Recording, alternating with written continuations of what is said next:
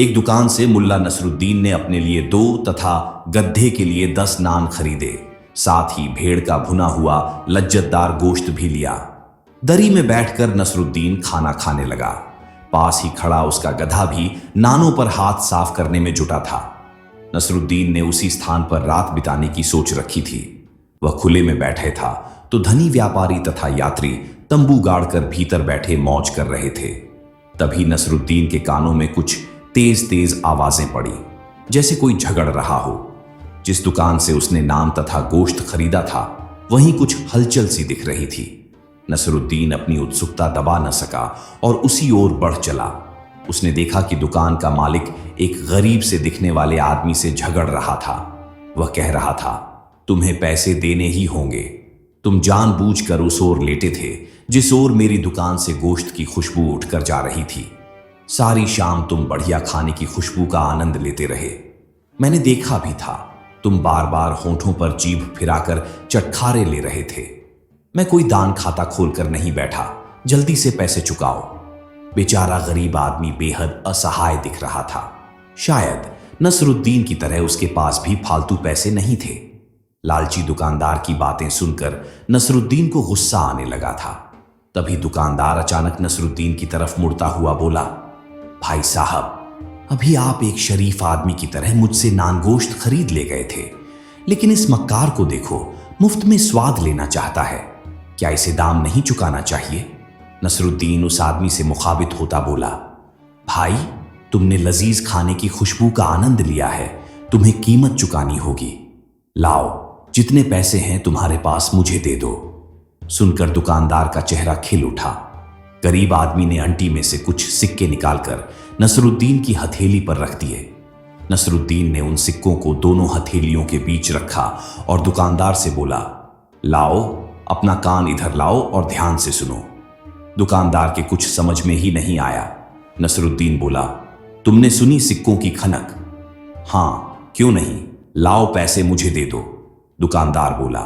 लेकिन नसरुद्दीन ने सिक्के गरीब आदमी को लौटा दिए और दुकानदार से बोला, हिसाब बराबर हो गया। इसने तुम्हारे खाने की खुशबू ली और तुमने बदले में सिक्कों की खनक सुन ली। दुकानदार का चेहरा फक पड़ गया। वहां खड़े लोगों ने भी नसरुद्दीन की बात का समर्थन किया। उस गरीब आदमी ने नसरुद्दीन का शुक्रिया अदा किया। जब नसरुद्दीन वापस गधे के पास पहुंचा तो वह उसे देख खुशी से मिट्टी में लौटने लगा। खुशी की बात यह है कि मुल्ला नसरुद्दीन खुद हमें यह कहानी सुना रहे हैं।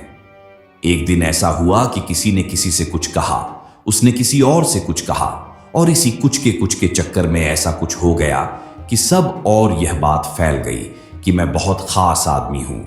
जब बात हद से भी ज्यादा फैल गई तो मुझे पास के शहर में एक दावत में खास मेहमान के तौर पर बुलाया गया। मुझे तो दावत का न्योता पाकर बड़ी हैरत हुई। खैर, खाने पीने के मामले में मैं कोई तकल्लुफ नहीं रखता, इसीलिए तय समय पर मैं दावत खाने पहुंच गया। अपने रोजमर्रा के जिस लिबास में मैं रहता हूं, उसी लिबास को पहनकर दिन भर सड़कों की धूल फांकते हुए मैं वहां पहुंचा था। मुझे रास्ते में रुककर कहीं पर थोड़ा साफ सुथरा हो लेना चाहिए था, लेकिन मैंने उसे तवज्जो नहीं दी। जब मैं वहां पहुंचा तो दरबान ने मुझे भीतर आने से मना कर दिया। लेकिन मैं तो नसरुद्दीन हूं, मैं दावत का खास मेहमान हूं। वो तो मैं देख ही रहा हूं, दरबान हंसते हुए बोला। वह मेरी तरफ झुका और धीरे से बोला, और मैं खलीफा हूं। ये सुनकर उसके बाकी दरबान दोस्त जोरों से हंस पड़े। फिर वे बोले, दफा हो जाओ बड़े मियां, और यहां दोबारा मत आना। कुछ सोचकर मैं वहां से चल दिया। दावत खाना शहर के चौराहे पर था और उससे थोड़ी दूरी पर मेरे एक दोस्त का घर था। मैं अपने दोस्त के घर गया। नसरुद्दीन, तुम यहां? दोस्त ने मुझे गले से लगाया और हमने साथ बैठकर इस मुलाकात के लिए अल्लाह का शुक्र अदा किया। फिर मैं काम की बात पर आ गया। तुम्हें वो लाल कढ़ाईदार शेरवानी याद है जो तुम मुझे पिछले साल तोहफे में देना चाहते थे? मैंने दोस्त से पूछा। बेशक, वह अभी भी अलमारी में टंगी हुई तुम्हारा इंतजार कर रही है। तुम्हें वह चाहिए? हाँ, मैं तुम्हारा एहसानमंद हूं, लेकिन क्या तुम उसे कभी मुझसे वापस मांगोगे? मैंने पूछा। नहीं मियां, जो चीज मैं तुम्हें तोहफे में दे रहा हूं उसे भला मैं वापस क्यों मांगूंगा? शुक्रिया मेरे दोस्त, मैं वहां कुछ देर रुका और फिर वह शेरवानी पहनकर वहां से चल दिया।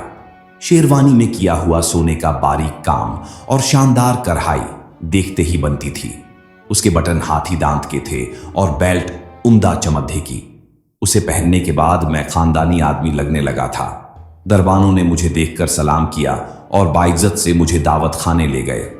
दस्तरखान बिछा हुआ था और तरह तरह के लजीज पकवान अपनी खुशबू फैला रहे थे और बड़े बड़े ओहदे वाले लोग मेरे लिए ही खड्डीढे हुए इंतजार कर रहे थे। किसी ने मुझे खास मेहमान के लिए लगाई गई कुर्सी पर बैठने को कहा। लोग फुसफुसा रहे थे, सबसे बड़े आलिम मुल्ला नसरुद्दीन यही हैं। मैं बैठा और सारे लोग मेरे बैठने के बाद ही खाने के लिए बैठे। वे सब मेरी ओर देख रहे थे कि मैं अब क्या करूंगा। खाने से पहले मुझे बेहतरीन शोरबा परोसा गया। वे सब इस इंतजार में थे कि मैं अपना प्याला उठाकर शोरबा चखूं। मैं शोरबा का प्याला हाथ में लेकर खद्दा हो गया और फिर एक रस्म के माफिक मैंने शोरबा अपनी शेरवानी पर हर तरफ उड़ेल दिया। वे सब तो सन्न रह गए। किसी का मुंह खुला रह गया तो किसी की सांस ही थम गई। फिर वे बोले, आपने ये क्या किया हजरत? आपकी तबीयत तो ठीक है। मैंने चुपचाप उनकी बातें सुनी। उन्होंने जब बोलना बंद कर दिया तो मैंने अपनी शेरवानी से कहा, मेरी प्यारी शेरवानी, मुझे उम्मीद है कि तुम्हें यह लजीज शोरबा बहुत अच्छा लगा होगा। अब यह बात साबित हो गई है कि यहां दावत पर तुम्हें ही बुलाया गया था, मुझे नहीं। मैं तुम्हारे कारण यहां हूं और तुम मेरे कारण यहां हो। मुल्ला नसरुद्दीन की कहानी। मुल्ला नसरुद्दीन एक सड़क से गुजर रहा था। शाम का समय था और अंधेरा उतर रहा था। अचानक उसे बोध हुआ कि सड़क बिल्कुल सूनी है, कहीं कोई नहीं है और वह भयभीत हो उठा। तभी उसे सामने से लोगों का एक झुंड आता दिखाई पड़ा। उसने चोरों, डाकुओं और हथियारों के बारे में पढ़ रखा था। बस उसने भय पैदा कर लिया और भय से कांपने लगा। उसने सोच लिया कि ये डकैत और खूनी लोग आ रहे हैं और वे उसे मार डालेंगे, तो इनसे कैसे जान बचाई जाए। उसने सब तरफ देखा। पास में ही एक कब्रिस्तान था। मुल्ला उसकी दीवार लांघकर भीतर चला गया। वहां उसे एक ताजी खुदी कब्र मिल गई जो किसी के लिए उसी दिन खोदी गई थी। उसने सोचा कि इसी कब्र में मृत होकर पड़े रहना अच्छा है।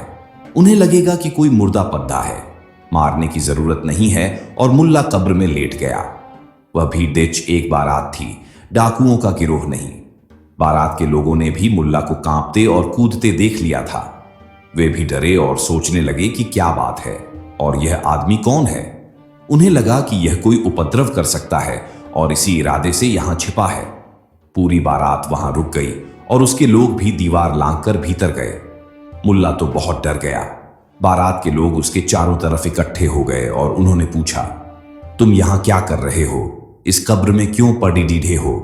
मुल्ला ने कहा, तुम बहुत कठिन सवाल पूछ रहे हो। मैं तुम्हारे कारण यहां हूं और तुम मेरे कारण यहां हो, और यही सब जगह हो रहा है। तुम किसी दूसरे के कारण परेशान हो, दूसरा तुम्हारे कारण परेशान है, और तुम खुद अपने चारों ओर सब कुछ निर्मित करते हो, प्रक्षेपित करते हो, और फिर खुद ही भयभीत होते हो, आतंकित होते हो और अपनी सुरक्षा के उपाय करते हो। और तब दुख और निराशा होती है, द्वंद्व और विषाद पकड़ दहता है, कलह होती है। पूरी बात ही मूर्खतापूर्ण है और यह सिलसिला तब तक जारी रहेगा जब तक तुम्हारी दृष्टि नहीं बदलती। सदा पहले अपने भीतर कारण की खोज करो। यातायात का शोरगुल तुम्हें कैसे परेशान कर सकता है? कैसे? अगर तुम उसके विरोध में हो तो ही वह तुम्हें परेशान करेगा।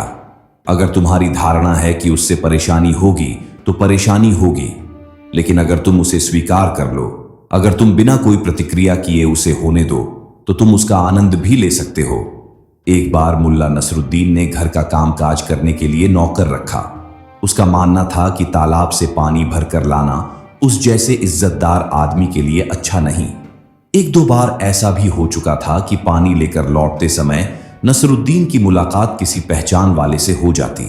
वह आदाब करता तो नसरुद्दीन को भी झुककर जवाब देना पड़ता और नसरुद्दीन के कंधे पर घड़े में रखा सारा पानी सामने वाले पर जा गिरता। किसी से कुछ कहते न बनता था। उसके नौकर का नाम था अब्दुल।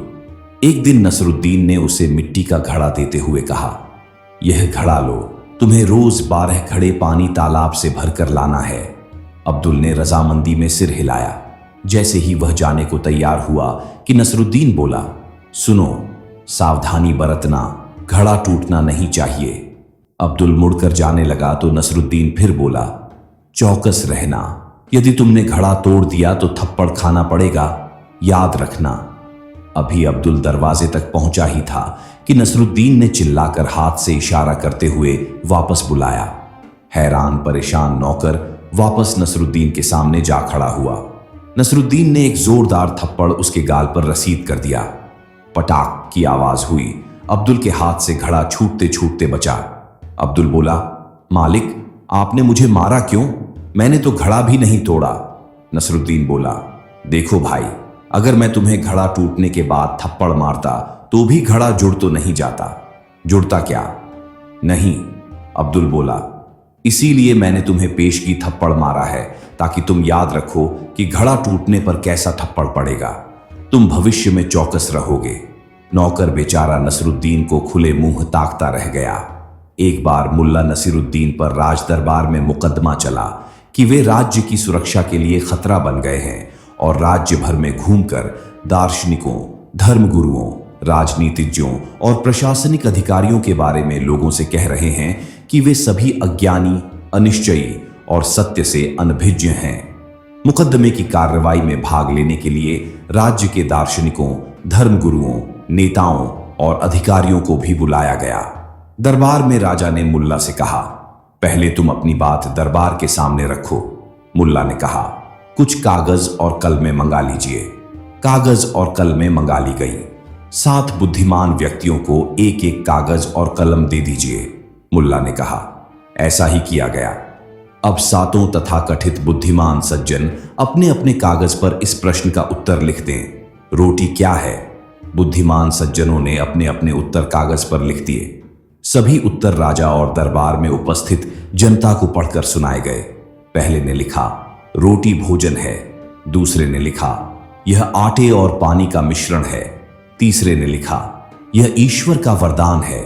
चौथे ने लिखा, यह पकाया हुआ आटे का लौंदा है। पांचवें ने लिखा, इसका उत्तर इस पर निर्भर करता है कि रोटी से आपका अभिप्राय क्या है। छठवें ने लिखा, यह पौष्टिक आहार है। और 7वें ने लिखा, कुछ कहा नहीं जा सकता। मुल्ला ने सभी उपस्थितों से कहा, यदि इतने विद्वान और गुणी लोग इस पर एकमत नहीं हैं कि रोटी क्या है, तो वे और दूसरी बातों पर निर्णय कैसे दे सकते हैं? वे यह कैसे कह सकते हैं कि मैं लोगों को गलत बातें सिखाता हूं? क्या आप महत्वपूर्ण मामलों में परामर्श और निर्णय देने का अधिकार ऐसे लोगों को दे सकते हैं? जिस चीज को वे रोज खाते हैं उस पर वे एकमत नहीं हैं, फिर भी वे एक स्वर में कहते हैं कि मैं लोगों की मति भ्रष्ट करता हूं।